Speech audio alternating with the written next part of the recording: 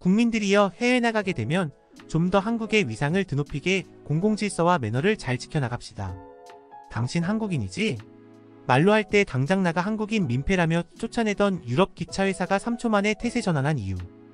여기 그동안 한국인들에게 속고 있었다며 이제야 한국인들의 실체를 파악했다고 주장하는 유럽 기차회사가 있습니다. 그리고 이 회사는 한국인에 대한 초강수를 두며 실망감을 표하려고 하는데요. 전 세계에서 가장 매너 좋은 관광객이라고 평가받는 사람들이 바로 한국인들인데 이들에게는 대체 무슨 일이 있었던 것일까요? 안녕하세요. 저는 포르투갈에서 철도 승무원으로 일하고 있는 필리파라고 합니다. 솔직히 말씀드리겠습니다. 저는 동양인을 무척이나 싫어합니다. 아니, 싫어했다고 표현하는 게 정확할 것 같네요. 저는 인종차별주의자도 아니고 특정 인종에 대해 편견을 갖고 있는 멍청이도 아닌데요. 그러나 동양인들은 철도 승무원인 저를 정말 미치게 했고 결국 저는 승무원 일을 그만둘까를 진지하게 고민하기도 했습니다. 일단 제가 맡은 노선에는 거의 현지인들이나 다른 유럽 관광객들만 탑승하곤 했는데요. 그런데 갑자기 중국인 관광객들이 급격하게 늘어난 이후 악몽이 펼쳐지고 말았죠. 아무래도 최근 유럽 내에서 특히나 중국인 관광객들이 폭증한 국가가 바로 포르투갈이고 제가 맡은 노선도 이러한 국가적 현상을 거스를 수 없던 모양이었는데요. 그런데 중국인들은 정말 도저히 납득할 수 없는 행동들을 일삼더라고요. 일단 이들의 가장 큰 문제는 바로 무임승차였습니다. 포르투갈인들도 종종 무임승차를 하곤 하고 사실상 제가 맡은 임무 중 가장 비중이 큰 임무가 바로 이러한 무임승차 인원들을 잡는 일이긴 합니다. 그러나 무임승차가 적발되면 순순히 인정하고 하차를 하는 유럽인들과는 달리 중국인들은 끝까지 버텨댔다는 게 문제였죠. 이들은 중국에서는 원래 다 무임승차로 탑승하곤 하고 어차피 자신이 무료로 탄다고 해서 기름값이 더 드는 것도 아닌데 무슨 상관이냐며 좌석에만 앉지 않으면 되는 거 아니냐며 끝까지 우겨대더라고요.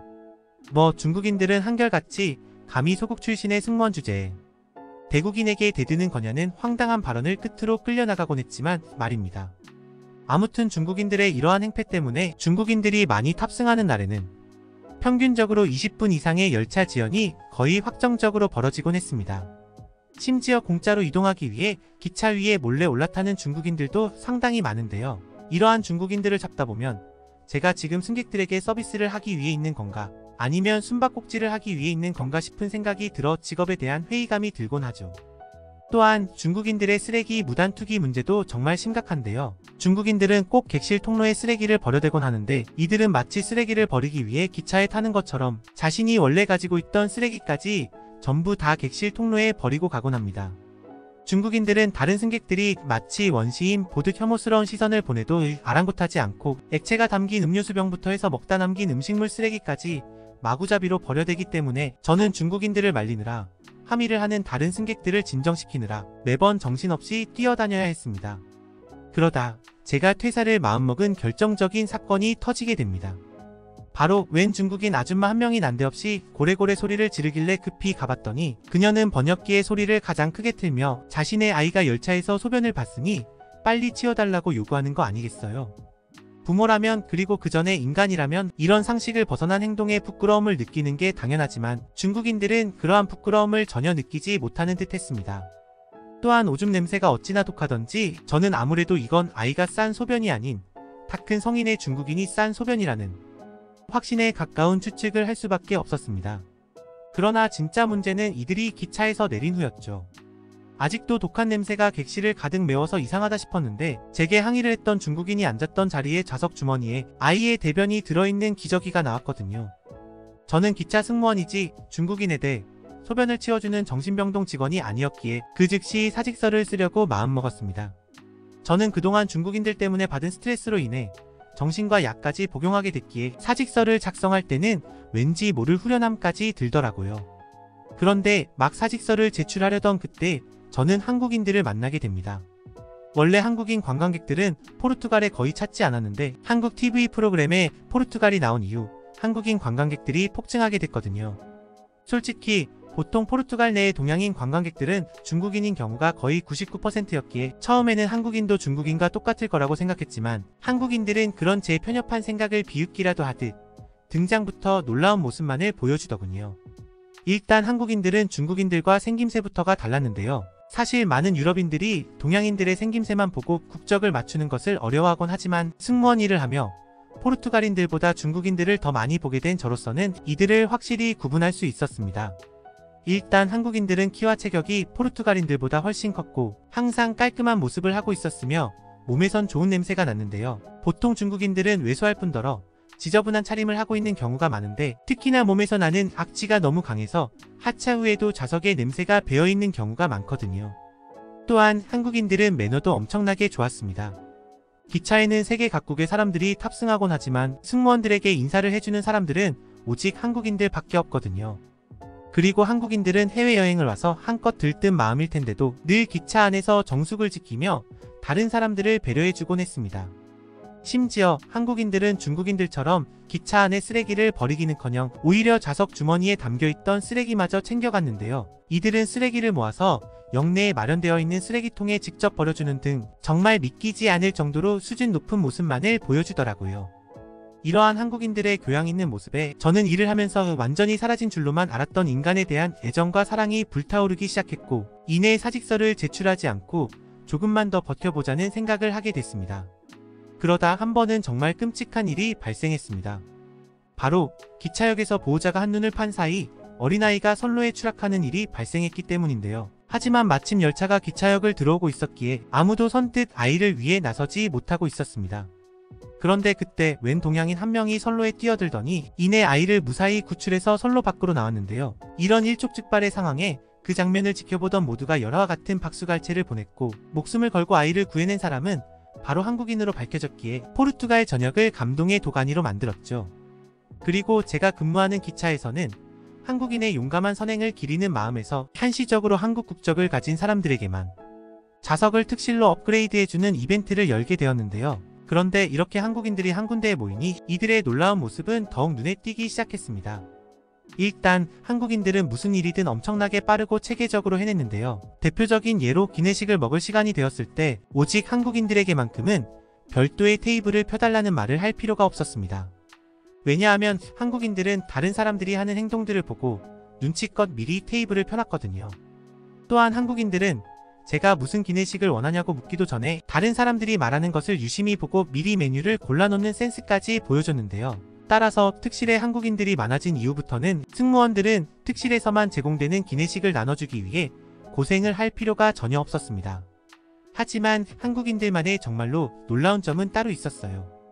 바로 한국인들은 목적지 도착 5분 전에 이미 기차에서 내릴 준비를 마치고 제일 먼저 신속하게 하차했기 때문입니다. 심지어 한국인들은 빠르면서도 매우 질서정연하게 기차에서 내릴 준비를 했을 뿐더러 기차에서 내릴 때면 자신의 짐을 내리는 김에 다른 사람들의 짐까지 함께 내려주며 차례차례 기차에서 빠져나갔는데요. 특히나 한국인들은 노약자들을 보면 짐을 내려드릴까요? 라고 묻지도 않고 다짜고짜 짐을 내려주는 선행까지 베풀더라고요.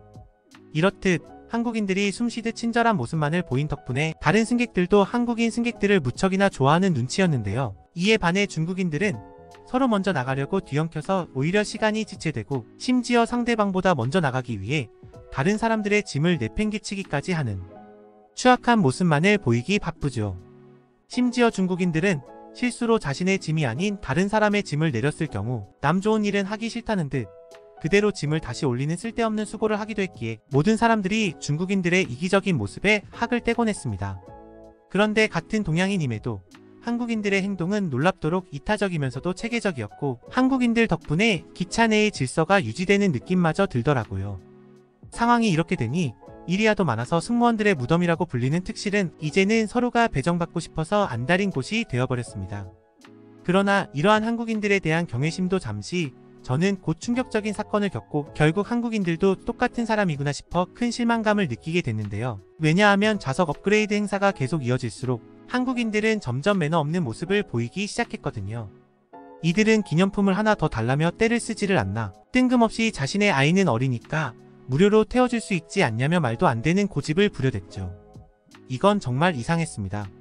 중국인들은 돈이 없어서 절대로 특실에 오지 않는데 이런 행동은 전부 중국인들이나 할 법한 야만적인 행동이었거든요. 저는 그동안 만났던 한국인들이 조금 유별났던 거고 이게 한국인들의 실체였구나 싶어 엄청난 실망을 할 수밖에 없었습니다. 그런데 그렇게 날이 갈수록 한국에 대해 실망을 하던 어느 날 정말 경악을 금치 못할 사건이 발생하게 되었습니다.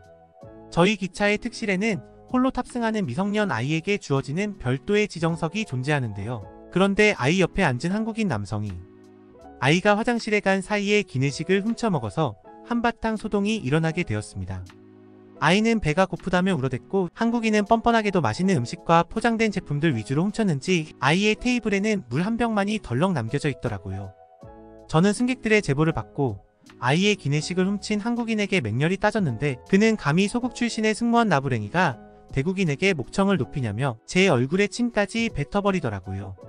저는 이런 어처구니가 없는 상황의 범죄일 뿐이었고 그렇게 머릿속이 하얘지며 아무 말도 하지 못하고 말았습니다. 다른 승객들도 이런 일에는 엮이고 싶지 않다는 듯 다들 침묵만을 유지할 뿐이었죠. 그때 한국인들이 나서기 시작했습니다.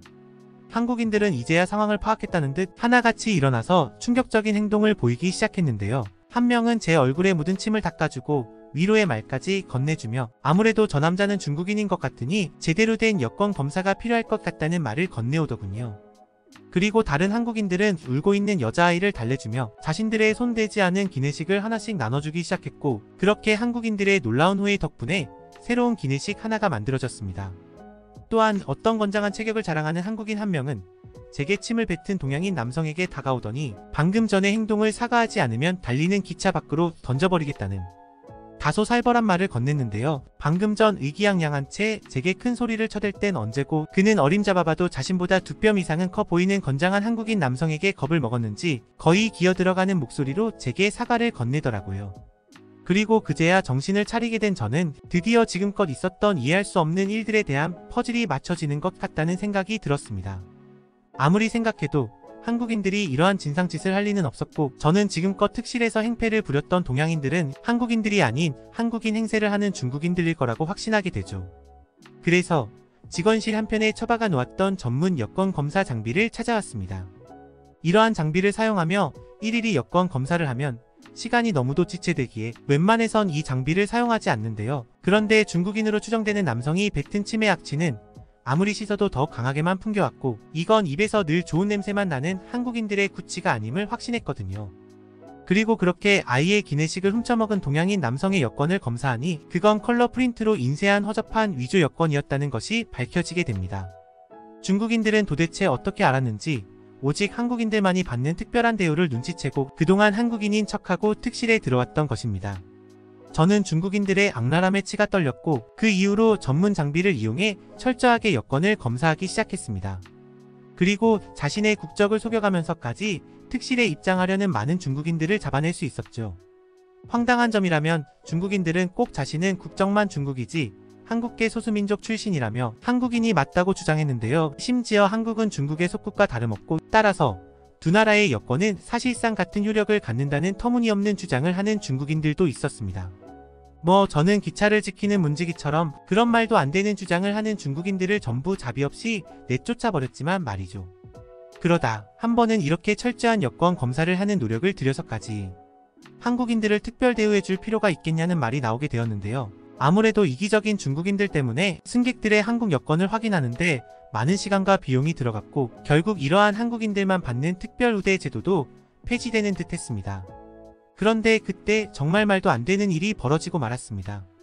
한 번은 포르투를 향하는 새벽 장거리 노선에 웬 젊은 부부가 아이와 함께 탑승했는데 밤이 깊어 모두가 자고 있을 무렵 아이가 엄청나게 울어대기 시작하는 거 아니겠어요.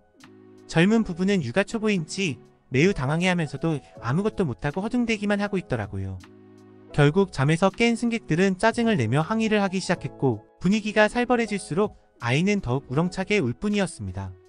그런데 그렇게 짜증만을 낼 뿐 아무도 발벗고 나서지 않고 있던 그때 한국인 아주머니 한 분이 나서는 거 아니겠어요. 그리고 충격적이게도 그렇게나 우렁차게 울어대던 아이는 한국인 아주머니가 아이를 넘겨받고 달래주자 언제 그랬냐는 듯 곧바로 잠잠해져 버렸죠. 아주머니는 아이에게 몰래 진정제라도 먹인 듯 아이는 이내 아주머니의 품 안에서 잠에 빠져들어 버렸고 그렇게 침까지 질질 흘려대며 세상 모르고 잠에 빠져들었습니다. 재밌는 건 아이의 엄마가 아이를 넘겨받으면 아이는 잠결에도 귀신같이 눈치채고 다시금 울어댔다는 건데요. 결국 한국인 아주머니는 새벽 내내 아이를 안으며 불편한 기차 여행을 해야 했지만 아주머니는 표정을 찡그리는 법이 없었으며 한국에서는 원래 남의 아이라도 함께 돌본다는 감동적인 말까지 건네오더라고요. 이런 한국인의 헌신적인 태도에 개인주의적인 모습만을 보이고 아이에게도 한치의 관용 없이 짜증만을 냈던 승객들은 그저 부끄러운 듯 땅바닥만을 응시할 뿐이더라고요. 그리고 젊은 부부가 너무나도 미안했는지 현금을 내밀며 아주머니에게 보답을 하려고 하자 한국인 아주머니는 마치 아들과 딸을 대하듯 가볍게 등을 두드리며 한사코 돈을 거부하더라고요. 어떻게 한국인들은 객실 내부를 완전히 뒤집어 놓을 만큼 놀라운 선행을 베풀고도 조금의 생색조차 내지 않는 것일까요? 이러한 한국인의 놀라운 선행 덕분에 기차 홈페이지는 그야말로 선행 제보로 난리가 났고 결국 한국인들만을 위한 특별 좌석 업그레이드 제도는 계속 유지하는 것으로 결정나게 되었는데요. 요즘 한국인들은 전 세계적으로도 환대를 받는 것 같던데 이러한 그들에 대한 환대는 한국인들 스스로가 만들어내지 않았나 싶어 더욱 존경스러워지는 것 같습니다. 한국인의 정문화가 남을 배려하는 것이니 세계가 감동하는 것입니다.